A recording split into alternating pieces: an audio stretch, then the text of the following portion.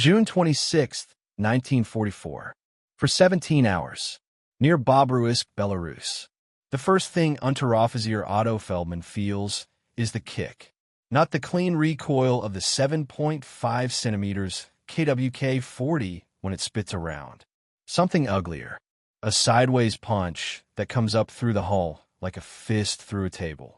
The Panzer IV jerks hard left. Mud sprays up over the glassy plate. Treffer. Hit.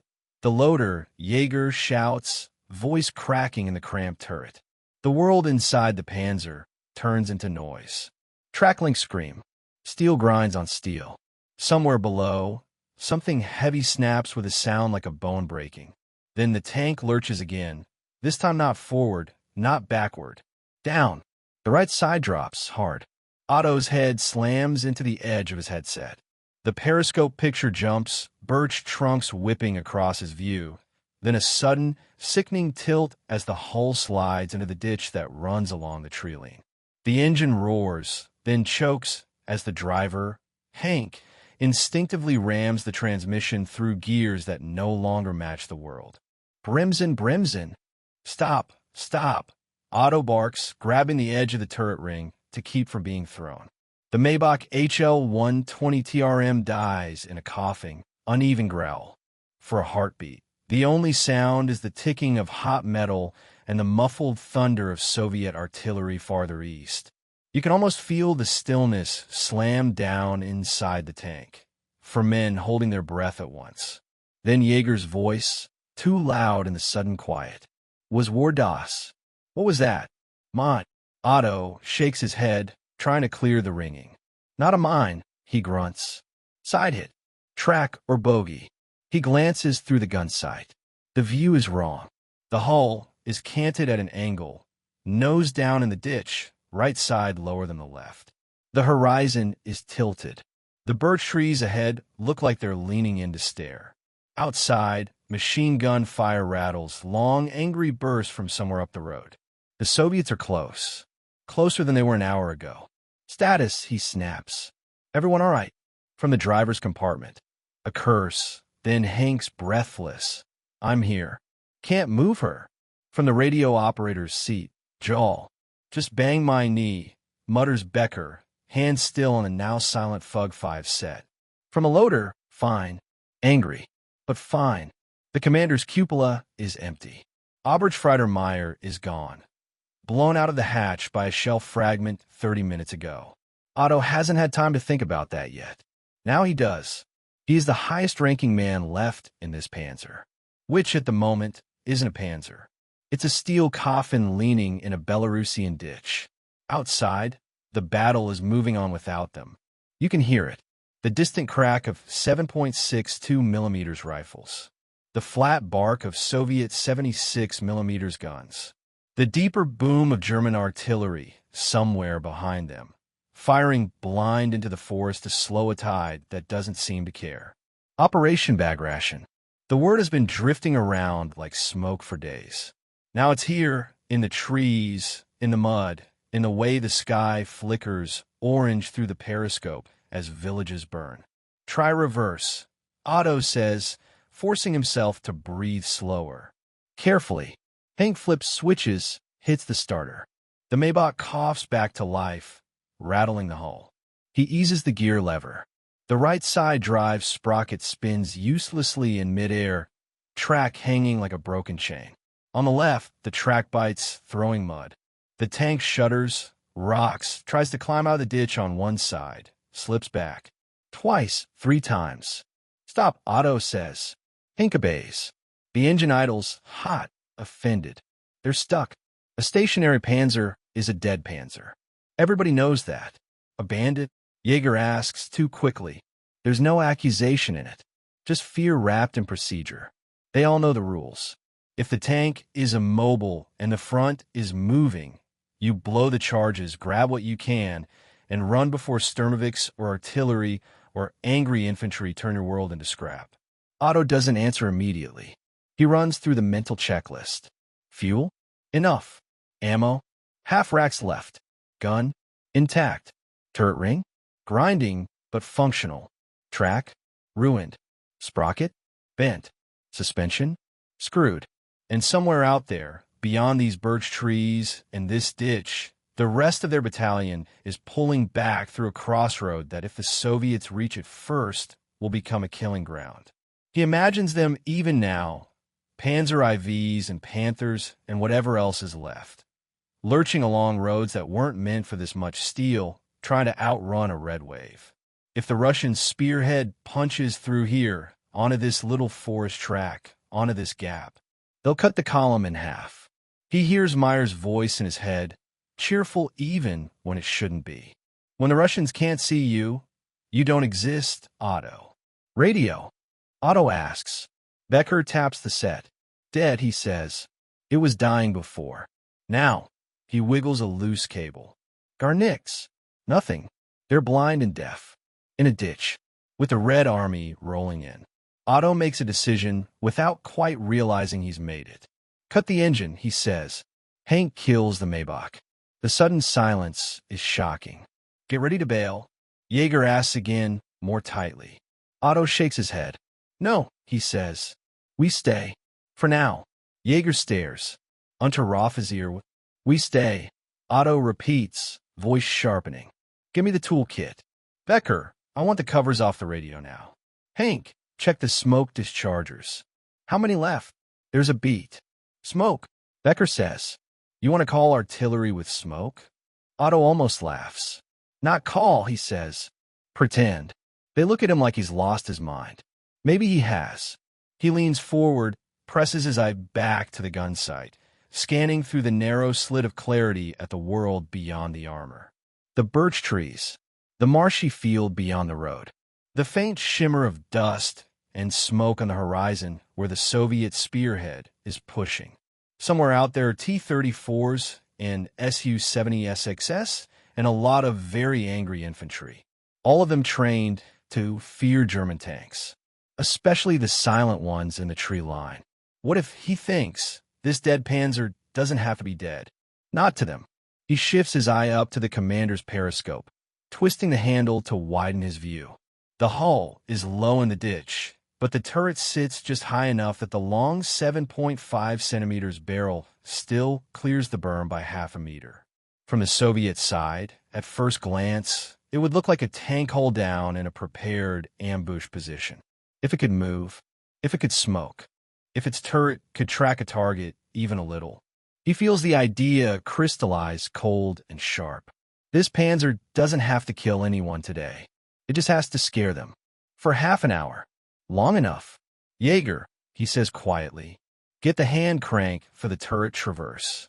And that old pulley rope we stole off the supply truck. The loader frowns. What are you doing? He asks. Otto slides down off his seat and pops the access panel to the radio compartment. The Fug 5 stares back at him. A mess of cables, tubes, and components that any normal tank crew only ever curses, never touches. Otto isn't normal. Before the war, he tore apart radios for fun. Before he rode in Panzers, he fixed them. He looks at the guts of the set and sees more than communication. He sees switches, contacts, coils, pieces. I'm going to make a ghost, he says. Nobody laughs. Outside, the rumble of distant engines grows a little louder. Somewhere out there, the spearhead is coming. And inside this ruined Panzer IV, in a ditch that smells of wet earth and burned cordite, Unteroffizier Otto Feldman has decided that if his tank can't leave this spot, then the Red Army isn't going to pass it easily, either. Not if he can help it. Not if he can make the dead machine move just enough to look alive. Section 2. Making the dead tank breathe. By 4:40, the inside of the Panzer smells like hot Bakelite and fear. Becker has stripped the Fug 5 down to its skeleton. The radio set that once tied them into battalion net is now a gutted carcass on his lap.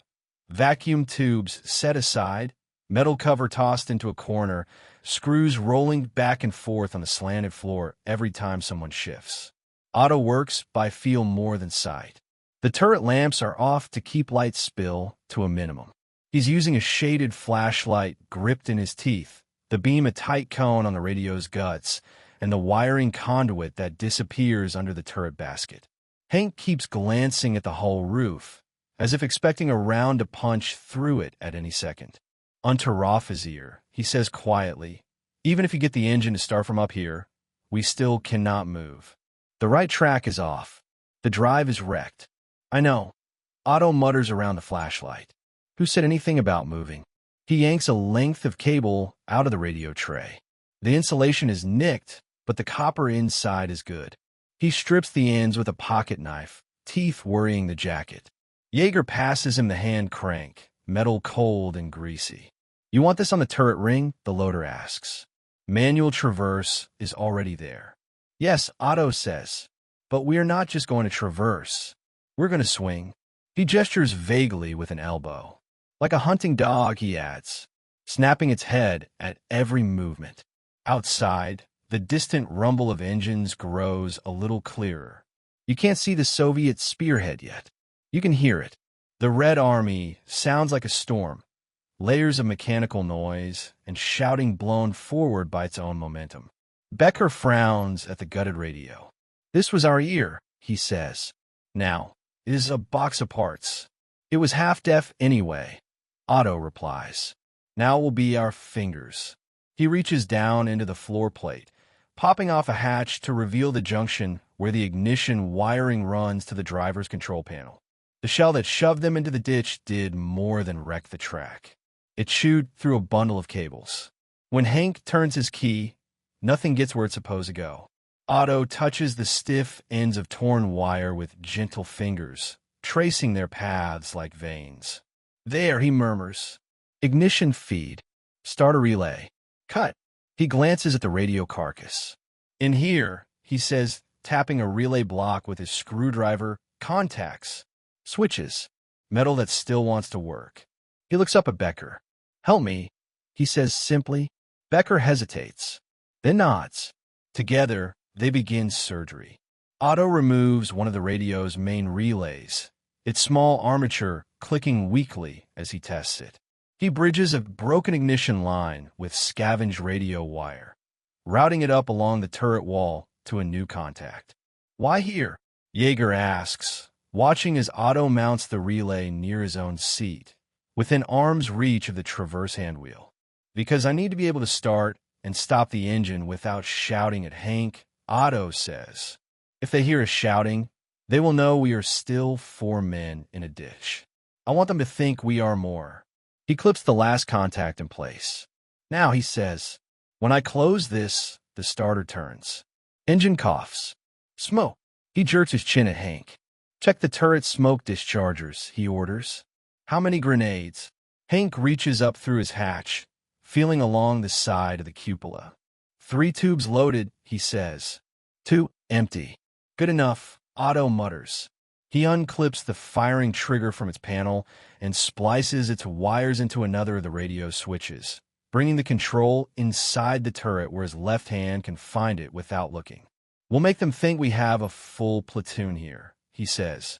Smoke along the tree line. Engine noise. Gun tracking. Jaeger eyes the KWK-40. And if they call the bluff? He asks. Otto glances at the ammo racks. There's a mix of AP, and he rounds left. Not enough for a prolonged engagement. Enough to hurt someone.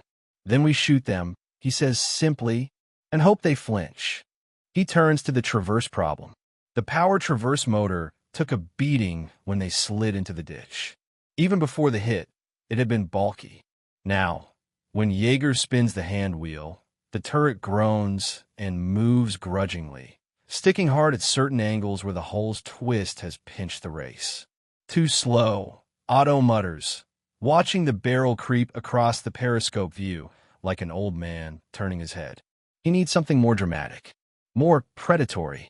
He rummages in the turret floor and drags up a coil of rope, the thick, tarred stuff they'd liberated from a supply column weeks ago, handy for tow jobs and field expedients. Remember when we pulled that half-track out of the marsh? He asks. Jaeger grimaces. How could I forget? Becker nearly went up to his neck. Otto smiles thinly. Same principle, he says. Counterweight. He ties one end of the rope to a lug on the turret ring, feeds it around a makeshift pulley point welded near the hull roof. The other end, he passes out through a pistol port, letting it dangle down the side of the tank. "What are you doing?" Becker asks, wary. Outside, in the pre-dawn gloom, Otto slips out onto the sloped hull, boots scrabbling for grip on wet steel. For a moment, he's a silhouette against the paling sky, dark shape atop darker armor. If a Russian scout had eyes on him right now, this story would end differently. He doesn't think about that. He climbs down the leaning flank, mud grabbing his ankles, and finds a half-buried road wheel, knocked off by the hit and partially sunk in the ditch. Perfect. Heavy. He loops the rope around it, tests the tension. Pull the turret right. He hisses up to the open commander's hatch. Inside, Jaeger cranks. The turret groans, moving reluctantly. The rope goes slack. Otto hauls on the wheel. Rolling it into a shallow pit, he digs with his boot and hands, securing it so the weight hangs on the rope when the turret swings the other way. It's crude. Ugly. Exactly what he needs. He clambers back inside, breath steaming. "Now watch," he says. He nods to Jaeger. "Crank left." Jaeger obeys. As the turret starts to move, the rope tautens, the heavy road wheel outside, lifting slightly out of its muddy nest. Gravity wants it back. So the turret goes with it, swinging with a sudden, almost eager motion once the resistance is overcome. In the periscope, the 7.5 centimeters barrel accelerates through its arc and then settles with a faint shimmy. It looks alive, like a head snapping toward a noise. Jaeger blinks. "That's faster." Otto finishes. "Unpredictable," Becker murmurs. "You could overshoot." "We don't need precision," Otto says. "We need theater." He points with his chin toward the unseen Soviet approach. "They are expecting dead panzers and ditches," he says. "Burned-out hulks. If they see a gun swinging at them when they crest that rise, smoke pouring out." He lets the sentence hang. "They can all fill in the rest." Hank wipes a hand across his face. "This is madness," he says softly. Otto nods. "Yes," he says, "but it is our madness. Better than theirs." He flicks the improvised ignition switch. "Becker, watch the relay." Jaeger, hand on the crank. "Hank, get ready on the smoke." He takes a breath, closes the contact. For a heartbeat, nothing happens. Then the starter motor drags itself into motion with a tortured whine, current flowing through radio guts repurposed as nerve. The Maybach coughs, catches, roars. The Panzer shudders, the vibration buzzing up through their boots. Alive.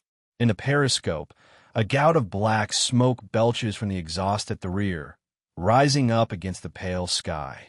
Hank squeezes the smoke discharger trigger.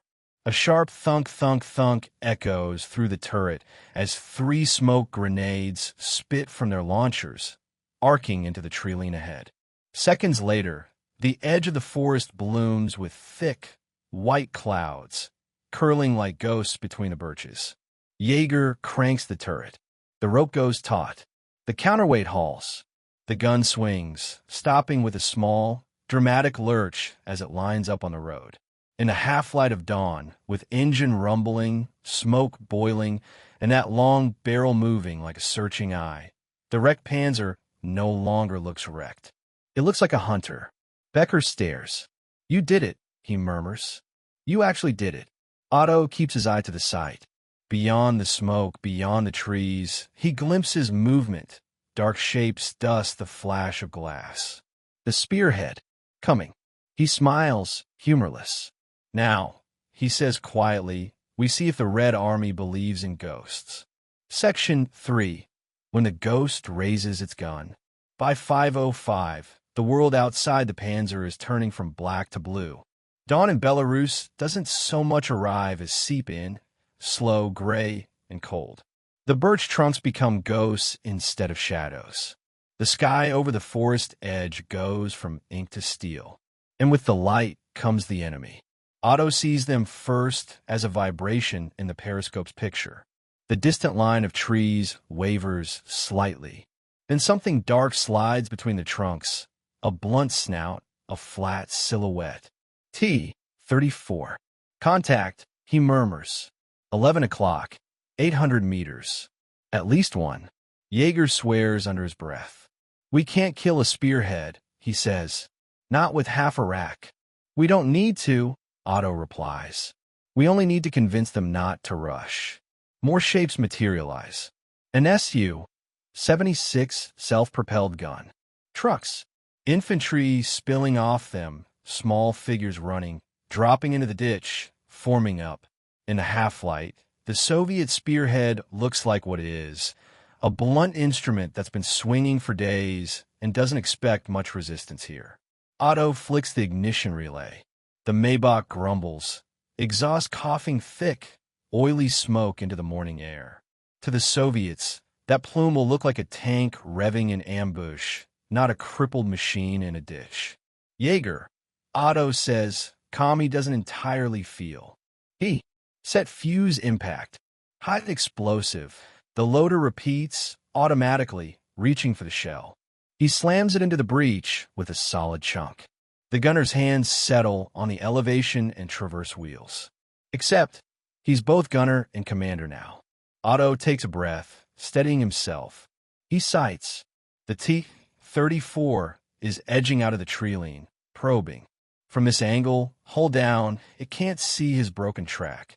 It just sees a low silhouette in the ditch, long barrel already pointing its way. He can't see their commander's face. He can imagine it. Young, confident, suddenly frowning. Otto doesn't fire. Not yet. Smoke, he snaps. Hank slams the jury-rigged trigger. Two remaining smoke dischargers bark, launching grenades farther down the tree line. White clouds boil up, extending the phantom line of his non-existent ambush. To a Soviet platoon leader peering through early morning haze, it will look like multiple German tanks setting screens, not just one crippled panzer making theater. In the turret, the radio relay clicks softly as the current flows.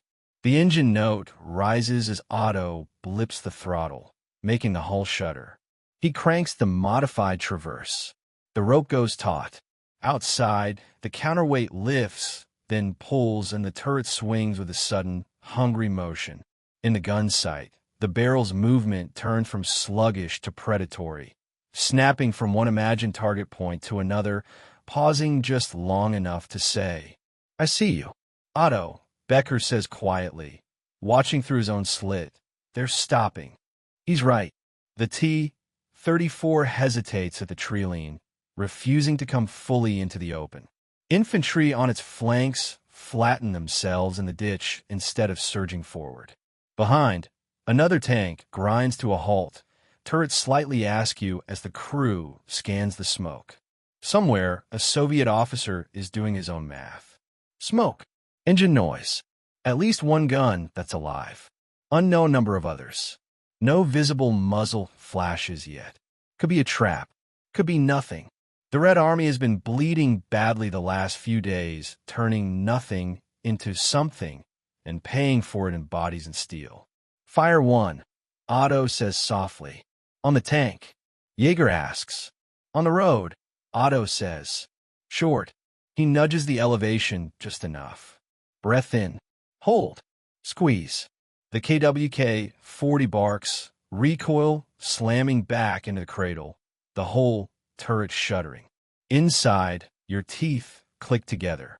Outside, a gout of flame and smoke erupts from the muzzle, the sound rolling across the open ground like a slap. The He shell slams into the road 10 meters in front of the lead T-34, exploding in a fountain of dirt and splinters. Shrapnel chews into the tank's glacis and the ditch in front of it. Soviet infantry dive deeper, some screaming. The T-34 jerks to a full stop. Its own gun barks a heartbeat later, round whistling over Otto's Panzer to implode somewhere in the trees behind. They're shooting blind, high, reflex more than aim. Jaeger rams in another He shell. Loaded, he snaps.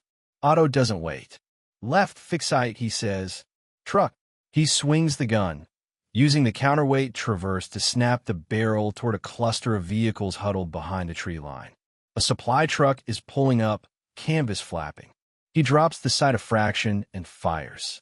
The shell hits just behind the truck's cab. The blast turns wood and canvas into confetti, smoke and flame leaping up. Men scatter, some on fire. Others drop flat. To them, that shot says, "We can see your rear. We can hit what you hide." Again, Otto barks. 2 rounds, Becker says, tension in his voice. "We don't have much. We're not fighting a battle," Otto replies. "We're writing a story." He forces himself to breathe slowly. He can't keep this up long. The barrel will draw, counterfire. The smoke will dissipate. Someone on the Soviet side will grow impatient, decide to probe with more aggression. He has to get inside their heads now. He deliberately lets the turret wobble a little between shots, overcorrecting with the rope so the barrel overshoots, then settles. From a Soviet perspective, it will look like multiple gunners working in concert. One tracking tanks, another scanning for infantry, a third watching the rear. "Otto," Hank says, glancing at the floor. "Fuel. We don't have enough to run all morning like this." "We don't need all morning," Otto says. "We need half an hour." He sights on a patch of ground in front of the tree line where he sees movement, Soviet soldiers trying to edge along the ditch. He fires short again, air bursting the shell in low branches, showering them with wood and metal. Screams. Chaos. Behind the T-34, a Soviet officer waves his arm, gesturing for smoke or artillery support. A few seconds later, dull crumps sound in the distance as their mortars start to drop rounds in Otto's direction. The first impacts are wild, landing behind his position or off to the side. Each detonation rattles the Panzer, dust sifting down from ledges and seams inside the turret. "They're calling fire," Becker says. "They think we're in that position." "Good," Otto says. "Let them waste shells on ghosts." He fires again and again, not too fast, deliberate, controlled. Every shot is a message. "We're here. We see you. We're not alone." He makes sure to pause between volleys, as if conferring with non-existent comrades. At one point, he swings the gun toward a different sector, fires blindly into open ground, then back, simulating multiple positions. Through his narrow view, he catches glimpses of Soviet officers crouched behind the tank hulls, shouting into radios, trying to puzzle this out. They expected a breakthrough here. Instead, they've run into something. The word that goes around their forward ranks, past mouth to mouth, is Panzers. Plural. Somewhere behind those birch trees, they imagine, are at least 3 German tanks, hull down, waiting for anyone foolish enough to push into the killing zone. Their doctrine says, don't. Not until artillery softens. Not until flankers check the woods. And flanking takes time. Time is the one thing Feldman's battalion desperately needs. Inside the Panzer, sweat runs into Otto's eyes. His ears ring. His hands tremble slightly on the traverse wheel. "Ammo count," he snaps. Jaeger checks. He's 6. AP4, he says, plus a couple of smoke rounds. Otto calculates. Enough. Across the field, something moves differently. Not cautious. Not probing. Retreating. The second T-34 backs slowly into the trees, presenting its nose away from the ditch, turret still facing the German line. Behind it, trucks are reversing, engines revving, outriders waving. "They're pulling the column back," Becker says, disbelief and relief tangled in his voice. At least part of it. Otto's jaw tightens. "They'll try somewhere else," he says. "Some other path through the woods." "Good," Hank mutters. "As long as it's not this one." In the distance, beyond what Otto can see, the rest of his battalion is grinding along a forest road toward a crossroads where, 20 minutes ago, there was nothing between them and a Soviet breakthrough but air and hope. Now there's something else. A dead Panzer that doesn't know it's dead. A ghost. Otto keeps firing, spacing his shots, letting the smoke and noise maintain the illusion even as the Soviets begin to send more artillery into the tree line. Each shell that bursts in the woods is one that isn't landing on his comrades trying to escape the pocket. You can almost feel the clock ticking in your ears, louder than the gun. 10 minutes. 15. 20. Can a crippled tank in a ditch really steal that much time from an army? Outside, another shell lands closer, shrapnel pattering off the hull like hail. A fragment winds through the open commander's hatch and zings off the turret wall, nicking Jaeger's sleeve. "Skice!" he yelps, jerking back. "They're walking it on to us." "Good," Otto says. He sights again, fires again. The recoil slams his shoulder. Somewhere out there, the Red Army is hesitating in a place where, on the map, it should be unstoppable. And Otto knows, without knowing exactly how he knows, that every minute they pause, every time a Soviet officer screeches "wait," instead of "forward." Somewhere behind him, a column of German tanks and half-tracks is crossing a bridge, slipping past a crossroads, sliding one step out of the noose. If the Soviets ever realize it's just one half-crippled panzer in a ditch, the illusion will shatter. So he has one job. Don't let them realize. Not yet. Not until the last engine in his battalion is past that crossroads and heading west. Section 4. 30 minutes stolen from an army. By 5:22, the Panzer sounds worse than Otto feels. And he feels terrible. The Maybach is running hot, the temperature gauge nudging into the red. The smell of exhaust and cordite has turned the air in the turret into a sour, metallic soup. Sweat and grime paste his uniform to his back. He's lost track of how many rounds he's fired. Enough. Too many. Not enough. Outside, the battlefield has shifted from confusion to caution. The first Soviet push is stalled. The T-34s that nosed up to the tree line have pulled back a few meters, hulls angled carefully, turrets sweeping, as if expecting hidden panthers to open fire at any second. Infantry hunker in the ditch and behind stumps, occasionally popping up to blaze away with burp guns in the general direction of the smoke. They're shooting at a feeling, not a target. That's exactly what Otto wants. Behind them, trucks have dispersed into the trees, motors idling, drivers waiting for orders that no one seems eager to give. 20 minutes at least, Becker says quietly, watching through his slit. Maybe more. They should have been halfway to the crossroads by now. Otto doesn't answer. He knows.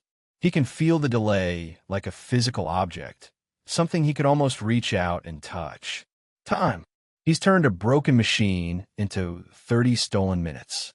He needs 5 or 10 more. His eyes pressed so hard to the gun sight that the rubber cup has left a ring around his orbit. His fingers move almost autonomically now. Elevation, traverse, fire, traverse, fire. He's not aiming to kill. He's aiming to shape. A burst on a clump of trees, and he round near a suspected machine gun team. A short shot in front of a T-34 to shower it with dirt. Each explosion tells the same lie. There are more of us here. We are dug in. We are confident. Come on, then. He pauses to let the turret swing through its arc, rope and counterweight turning a sticky traverse mechanism into something jerky, but intimidating.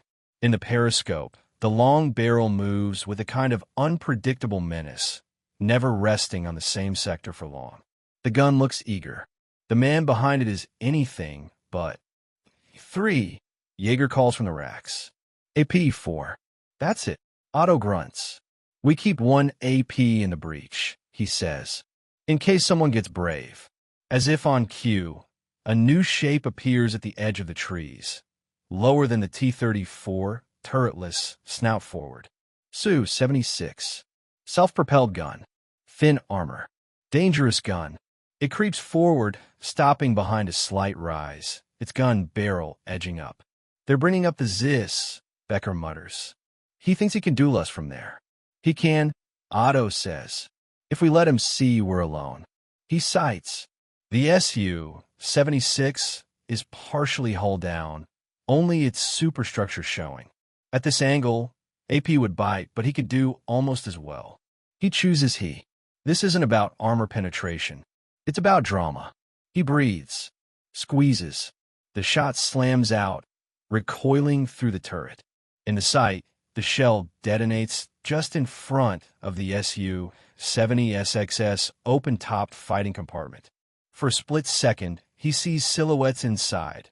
Men-gun clutter. Then the blast washes over them. Metal fragments scythe through the thin armor. The front of the vehicle disappears in smoke. When it clears, the gun is sagging, barrel drooping. The vehicle is still. One crewman drags himself over the side, chest soaked. He doesn't get far. Soviet infantry scramble to pull survivors back, dragging them to the rear. The Su-76 burns fitfully. Jaeger exhales a shaky laugh. "The has do's," he mutters. "There you go. Ghost bite." The effect on the spearhead is immediate. You can feel it. They'd suspected a trap. Now they're sure of it. An open-top gun knocked out in one hit by an unseen foe confirms their worst stories about German ambushes. Somewhere up the chain, a Soviet company commander voices what many are thinking. "Wait. Recon the flanks. Bring up more guns. We don't rush into this." That order takes seconds to give, minutes to carry out. Minutes are all Otto cares about. But the Red Army isn't just tanks and bravado. It's also scouts. Brush shifts along the right-hand tree line, beyond Otto's comfortable arc. Becker squints. "Movement, 3 o'clock," he says. "Infantry. Small group. Flanking." Otto peels his eye from the gun sight long enough to glance through the commander's periscope. He sees them, a handful of figures in padded jackets, helmets low, moving in short bounds along the edge of the woods, working their way around what they think is an ambush line. If they get far enough, they'll see the truth. "One Panzer," Becker says. "In a ditch. No friends." "And then they'll laugh," Jaeger adds. "And then they'll call their guns," Hank finishes. Otto thinks fast. He could swing the barrel toward them. Fire he. But that means turning his front away from the T-34s and the main road. It might give away his position, reveal angles that don't match a proper prepared hold-down nest. He looks at the ammo racks. Smoke rounds. 2 of them. He grabs one himself. "Give me that," he says. Jaeger blinks. "You?" "Loading. I can still push 1 shell," Otto says. You watch the sight. They swap roles clumsily for a moment, the turret a chaos of elbows and steel. Otto slams the smoke round into the breach, then swings back up into the gunner's position. He doesn't aim at the scouts. That would be too obvious. He aims at a patch of ground between them and the ditch, near a clump of low bushes. "Loaded," Jaeger pants. "Firing," Otto says. The shell thumps out, lighter than he, arching in a lazy curve. It explodes with a hollow pop, releasing a billowing white cloud that quickly spreads along the forest edge.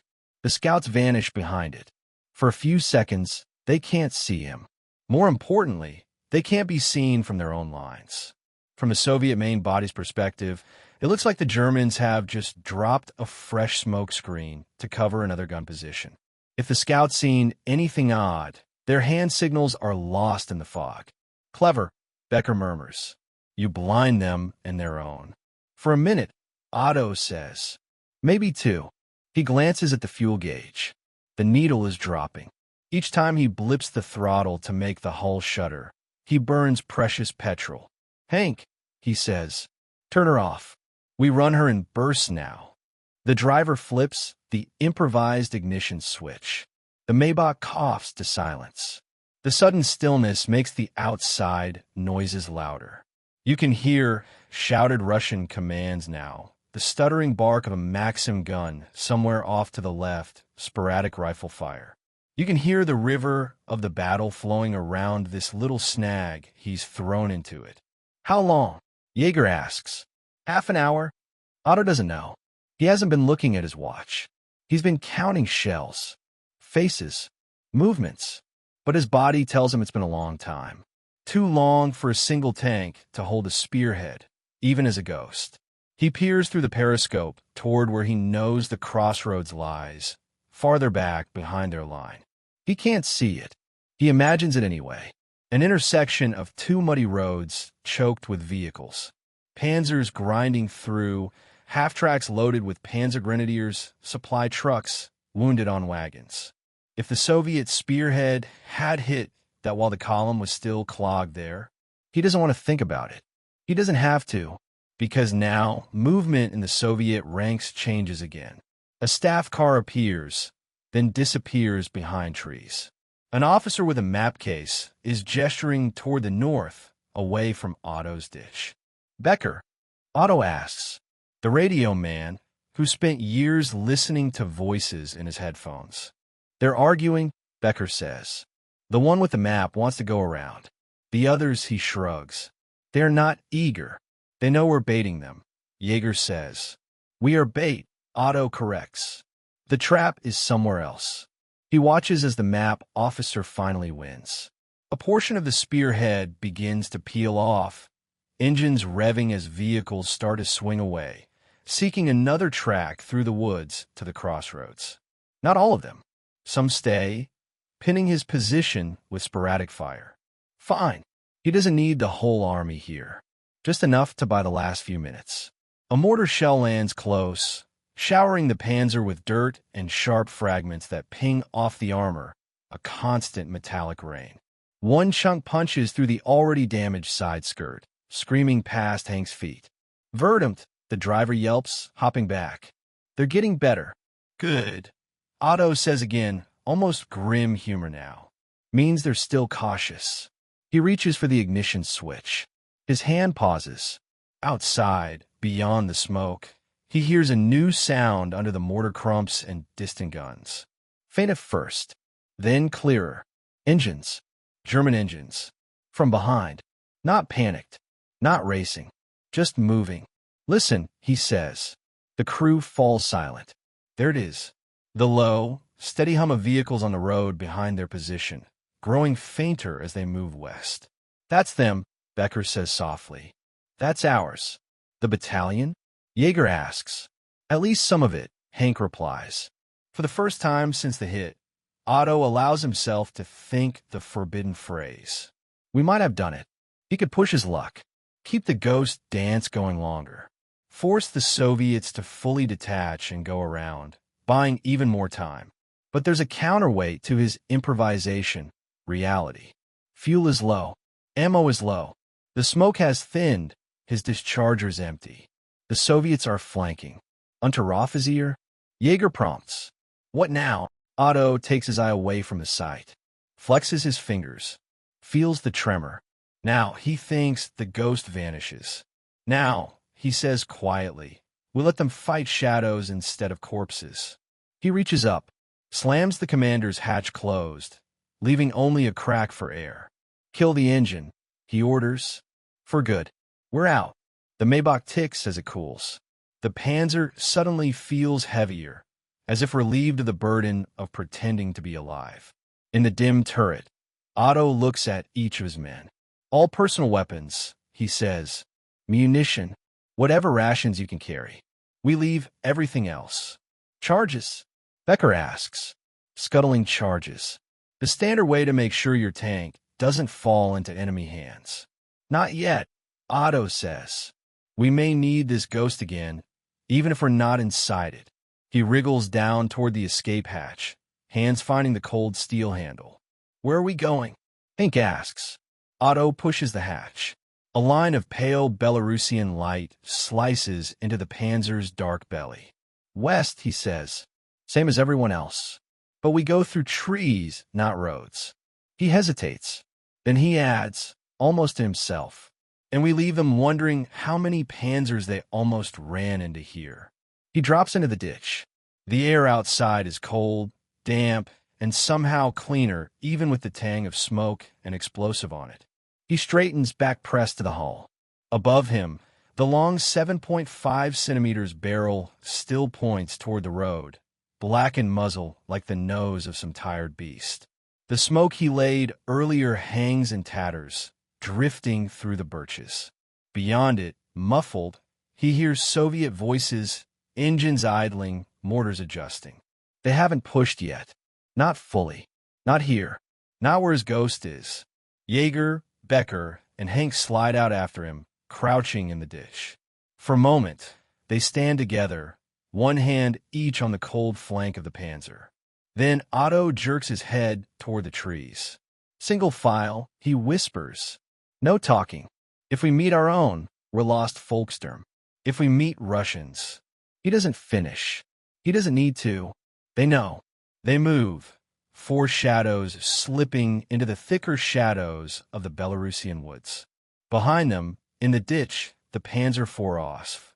H settles deeper onto its ruined track, hull tilted, barrel steady. To anyone looking from a Soviet side in the next hour, it will still look like a threat. A hunter, a gun that might fire again. In reality, its crew is already gone. But its last act on this field isn't over. Not yet. Not until someone on the other side finds the courage or the orders to walk up to it and knock on the armor.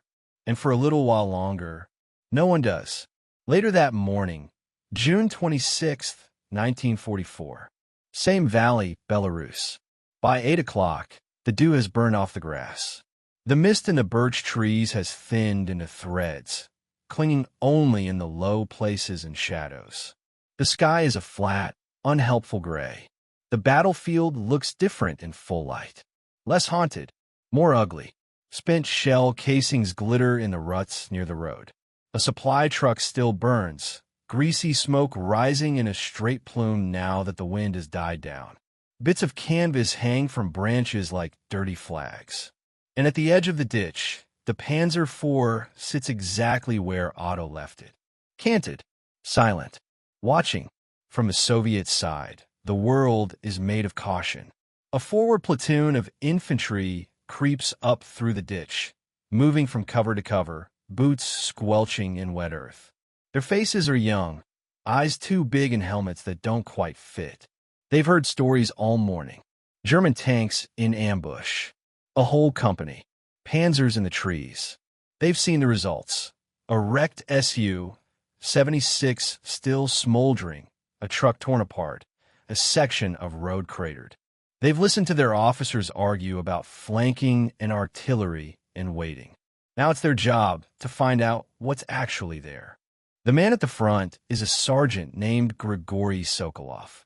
He grips his PPSH-41 loosely, letting the barrel point down, moving in crouched steps.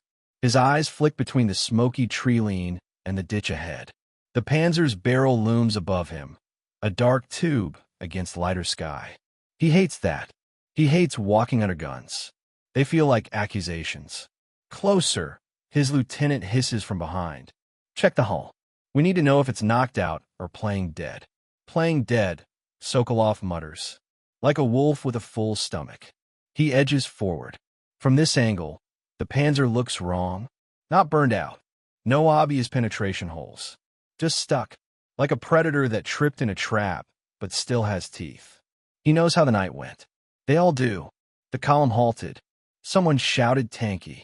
Then the explosions started, shells on the road, rounds whipping through the trees, smoke blooming in unnatural straight lines across the forest edge.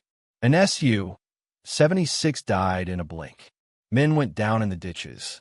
Officers shouted into radios, demanding artillery. For half an hour, everyone talked about multiple panzers. No one talked about one crippled tank and some clever German. Now, in light, Sokolov isn't so sure. He slides along the ditch, boots sucking. The Panzer's flank rises above him like a steel wall. German spare track links are welded to the side, rough armor on armor. He stops just below the hull, his shoulder brushing mud-splattered Scherzen plates. The tank doesn't move. No engine rumble. No clank. No voices. He looks back at his lieutenant. The officer makes a small, impatient gesture. Sokolov grimaces. He reaches up, knocks on the armor 3 times with his glove. The sound is a dull, hollow thunk, thunk, thunk. Nothing. No answering shout. No answering shot. Still, he waits, every nerve screaming. 5 seconds. 10. The only sound is his own breathing and the faint crackle of the burning truck. He swallows. Empty, he calls softly, where the dead are very quiet.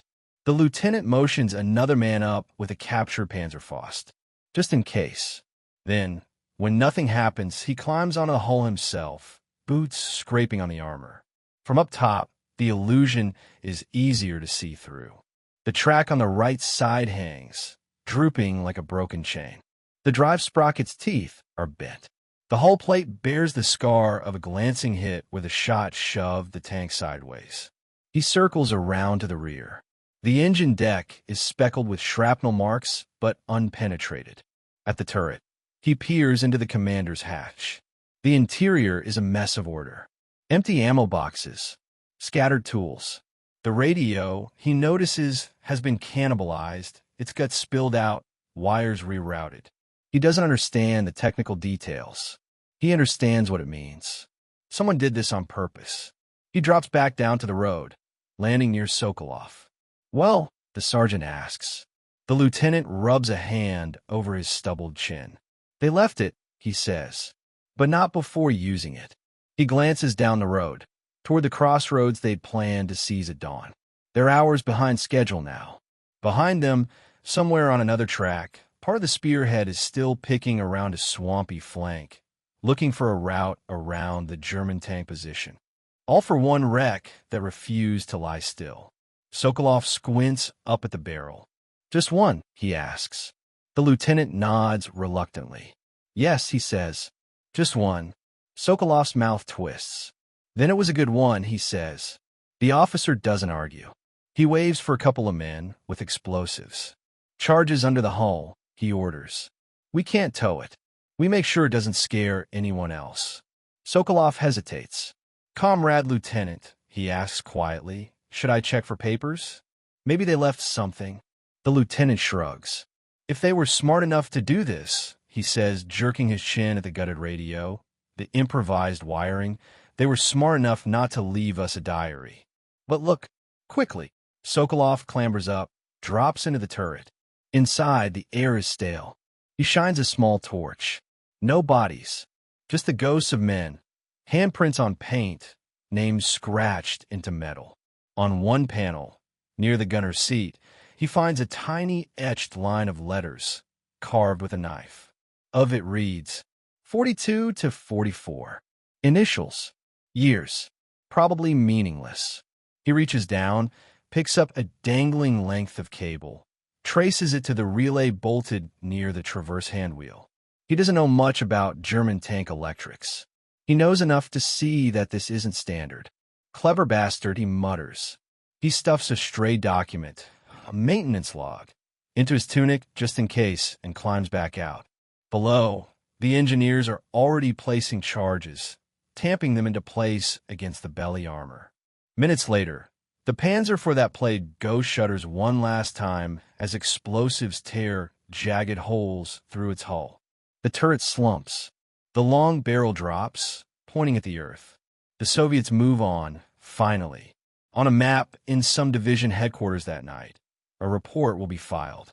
Enemy armor, EST 3 to 4 tanks. Delayed advance at forest track near Bobruisk 4:30. 40 minutes by concentrated fire and smoke. One Panzer IV destroyed, others withdrew. Our losses: 1 SU, 76, 1 truck, 30 to 40 men. No one there will know that 3 to 4 tanks was one crippled Panzer and a mechanic who refused to leave it alone. A week later, west of Minsk, the retreat doesn't feel like retreat anymore. It feels like survival. Fields blur past through the slats of the Opel Blitz truck's sides. Wheat, rye, burned patches, churned lanes. Columns of refugees trudge along the shoulders, carts piled high with whatever they could pry out of their lives before the front rolled over them. In the back of the truck, 4 men sit shoulder to shoulder. Their uniforms are dirty. Their insignia are gone or covered. To anyone glancing in, they look like any other handful of stragglers bumped from unit to unit as the Wehrmacht collapses under the Soviet hammer blows of Operation Bagration. To themselves, they're still a crew. Otto, Jaeger, Becker, Hank, the ghosts of a tank that no longer exists. The driver shouts back over the engine noise. "You 4 from which unit again?" Whatever unit is still on the map, Becker calls back. There's a ripple of tired laughter from the other passengers. I heard 20th Panzer got cut off, a Lancer says. You with them? Otto doesn't answer directly. He glances at his men. They all remember the crossroads they never saw, but saved anyway. He shrugs. Once, he says. The soldier nods. Not anymore, he says. No one is once anything now. We are all just moving. The truck rattles over a pothole. Pain shoots up Otto's spine from the bruise he got when his head hit the turret ring. He winces. Jaeger nudges him. You still thinking about her? The loader asks quietly. Otto gives him a sideways look. Her, he says. The Panzer, Jaeger says. Of course. The Panzer is scrap. Hank interjects. We are not. That's what matters. Becker snorts. Scrap can change maps, he says. For 30 minutes, at least. Otto leans his head back against the wooden slats. The truck's rhythm matches the distant echoes of artillery. Front lines moving, collapsing, reforming. Do you think they knew? Jaeger asks. The others. The battalion. That someone bought them time. Otto watches a line of German horse-drawn wagons trundle past in the opposite direction. Drivers slumped, horses gaunt. If they're alive, he says, they knew something happened. Road was clear when it shouldn't have been.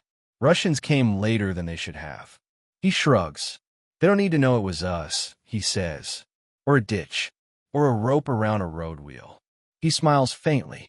As long as they made it out, he adds. That's enough. Years later, West Germany, late 1950s. The workshop smells of oil, hot steel, and coffee. It's a small place, 2 bays, a parched shelf, a battered workbench under a window that looks out onto a quiet street. A sign out front reads, Feldman, KF Zuri Peretrin. Inside, a man in his late 30s wipes his hands on a rag, studying the carburetor from a customer's Opel like it's trying to outsmart him. Otto Feldman's hair is thinner now. His hands are rougher. His eyes are the same, steady, calculating, always taking mechanical things personally. His apprentice, a lanky 19-year-old named Rudy, leans against the doorframe. Meister Feldman, Rudy says, the customer with the tractor is back. Says the ignition cuts out when it's cold. Otto grunts. Of course it does, he says. He never lets it warm up. He treats it like it's at Kursk. Rudy frowns. At what? Nothing, Otto says quickly. Tell him I'll look at it tomorrow. And tell him if he keeps yanking the choke like he's starting a T-34, I'll charge him extra. The boy laughs and disappears. Otto turns the carburetor in his hands, then sets it down. His eyes drift to the back wall. There, half hidden behind a rack of tools, is a small framed photograph. Black and white. Faded. A Panzer IV in a field exercise. Long before Belarus. Crew grinning from hatches. Tank clean, unscarred. Meyer is in that photo. Jaeger. Becker. Hank. And Otto. Younger. Face less lined. Hands not yet stained the way they will be. He looks at it for a second. Then back at the workbench. He never tells Rudy about the ditch. Or the rope. Or the way a dead tank fooled an army. Because one mechanic refused to leave it alone.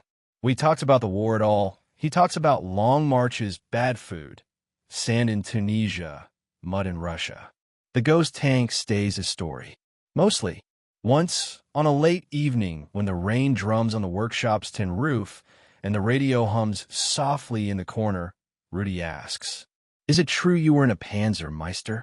Otto hesitates. Yes, he says. Did you ever do anything crazy? Rudy asks, half joking. Like in those magazines? 1 tank against 10, that kind of thing. Otto smiles. Well, he says slowly, once we were against more than 10. Rudy's eyes widen. What happened, he asks. Otto considers. He pictures the birch trees, the smoke, the gun swinging like a hunting dog's head. He hears the distant mutter of Soviet engines again, feels the vibration of the KWK-40, smells the mix of exhaust and fear. We stopped them, he says simply, for a little while. Rudy waits. That's it, he says. That's it, Otto says. Sometimes a little while is everything. The boy looks confused. Otto doesn't elaborate. How do you explain to someone who's never stared through a gun sight at dawn that 30 stolen minutes can change the shape of a retreat? That a tank's last duty doesn't have to be killing. It can be pretending. It can be lying to an army long enough for your own to slip the noose. He picks up the carburetor again. Hand me the 10mm spanner, he says. Rudy obeys. Life moves on. Engines complain. He fixes them. In some archive in Moscow, in a yellowing folder, there's a brittle piece of paper, an after-action report from a Soviet battalion commander. On one page, in cramped Cyrillic, a line reads, German tanks, estimated 3 to 4, delayed our forward elements with effective fire and smoke west of Bobruisk. Recommend greater preparatory bombardment in forested zones. Enemy armor may hide in defilade even when immobilized.